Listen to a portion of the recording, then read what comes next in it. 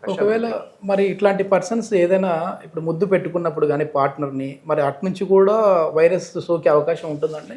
ఈ skin to skin కూడా వచ్చే అవకాశం ఉంటుంది హెచ్పివి. అండ్ సలేవా నుంచి కావచ్చు, లేకుంటే వెజనల్ ఫ్లూయిడ్ ద్వారా కూడా మనకి సోకే అవకాశాలు ఉంటాయి. అందుకే ఈ వెజనల్ ఫ్లూయిడ్ కానీ ఇట్లాంటిది కనుక మగవాళ్ళు సర్కంసిషన్ చేయించుకుంటే కనుక ఆ సర్కంసిషన్ చేయించుకున్న దానిలో ఆ వెజనల్ ఫ్లూయిడ్ అదంతా స్టే ఉండదు, ఎందుకంటే మనం పైన చర్మం తీసేస్తాం కాబట్టి.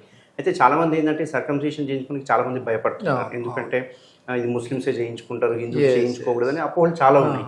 బట్ హెల్త్ ఇదిగా చూసుకుంటే కనుక సర్కంసిషన్ చిన్నప్పుడే చేయించడం బెటర్, ఎందుకంటే పెద్దగా అయ్యే వరకు కాకుండా చిన్నప్పుడే పుట్టిన వెంటనే 3-4 ఇయర్స్కి అట్లా చేయించడం బెటర్. దీనివల్ల ఏంటంటే వాళ్ళకి ఆ టైంలో ఇమ్యూనిటీ ఎక్కువ ఉంటుంది, అంతేకాకుండా హీలింగ్ పీరియడ్ చాలా ఫాస్ట్ ఉంటుంది. ఈ అడల్ట్ ఏజ్ గ్రూప్ వచ్చేవరకు ఏమవుతుందంటే వాళ్ళు కొంచెం ఒక 5 రోజులు 10 రోజులు ఇబ్బంది పడాల్సి వస్తుంది. బట్ దీనికి అన్నిటికీ చెక్ పెట్టడానికి మన టీఆర్ఎస్లో ఎస్పెషల్లీ ట్రీట్మెంట్ రేంజ్ హాస్పిటల్లో ఒక స్టాప్లర్ అనేది మనం యూజ్ చేయడం స్టార్ట్ అయింది. ఆ స్టాప్లర్ వల్ల just 5 minutes surgery, half an అవర్లో డిశ్చార్జ్ చేయడం జరుగుతుంది.